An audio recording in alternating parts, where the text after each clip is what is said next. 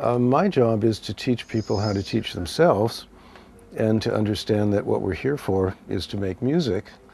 Um, it happens that we might be doing this with a flute in our hands, but music is bigger than the flute. Music is bigger than any instrument. If you, some people can become so fixated on the instrument, um, but that's skilled labor. It's not art. Do you consider yourself an entrepreneur? Yeah, I do. I definitely do. Um, I, as I said, I have a whole pedagogy that I've written, and so I've written 3 books, which I've published myself. Multiple Breath Music Company, and I was told by commercial publishers that no, there just isn't sufficient interest. We couldn't make money on this, so I did it myself and did much better than if I had just let them do it and waited for the royalty check.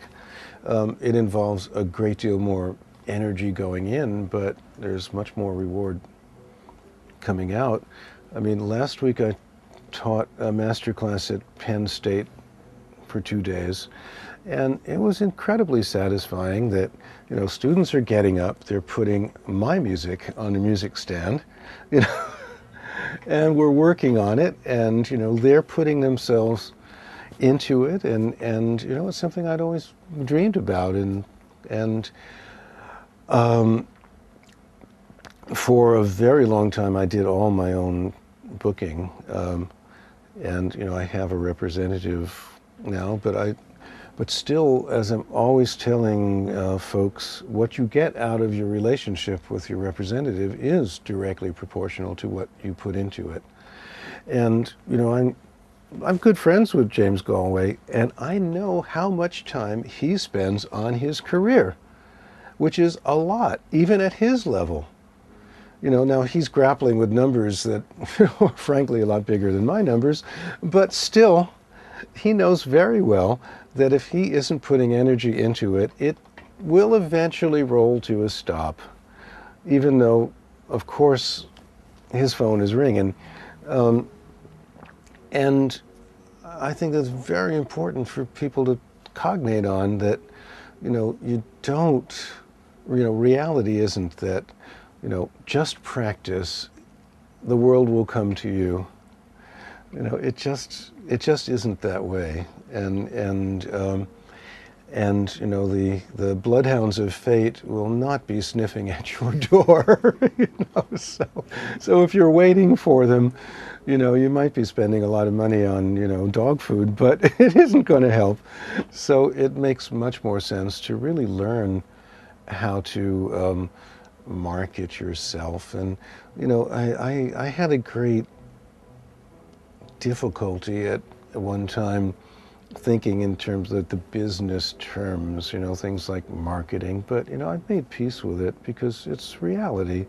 I mean, if we don't use those words, we just have to make up other ones that mean the same thing that other people won't understand. So we might as well use the ones where everyone knows what we're talking about.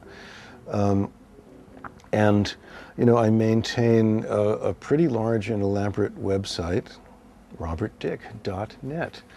Please visit, and it's been a very helpful and useful tool. And I sell music and CDs through the site. I have a video demo of something I've invented, which is called the glissando head joint, which I'm marketing in partnership with a really good flute company. And if you're not going to do things like right in the standard way, and you are going to make your own path to whatever degree, you have to take an entrepreneurial approach. And I once was, as a student, I was tape editor on an oral history project in which Louis Armstrong told the story of his life and played his records. It was something done for the Armed Forces Radio in the 50s.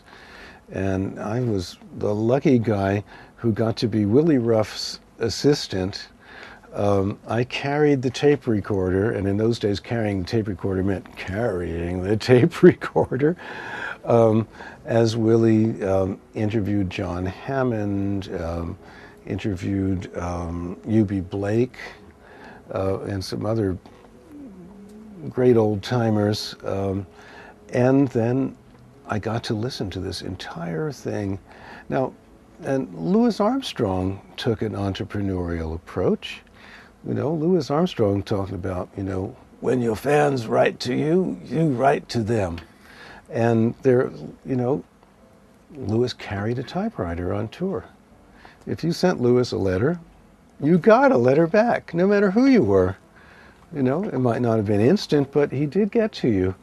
And he would send it, you know, he'd have a little joke at the top of the page, and he would write back. And, you know, he never took people for granted. He never took his audience or his fans for granted. And, you know, I mean, again, this is hugely instructive in that, you know, he wasn't so successful only because he was a genius, you know, because he sure was a genius. He wasn't successful only because he was incredibly great and incredibly creative, but because he understood that he lived in a real world populated by other people. And he connected with them and responded to them.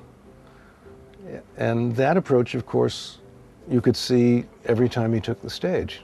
I was incredibly lucky to have had that experience, and I learned a lot from mentors who are not just musicians. When I was working with Willie Ruff, you know, he said, you know, you can learn from everybody. If you watch 4 guys sweep the floor, one of them is going to do it better than all the others, you know. And it's so true. I mean, if your eyes and your ears, and most especially your mind and heart, are open, the world is full of lessons every day.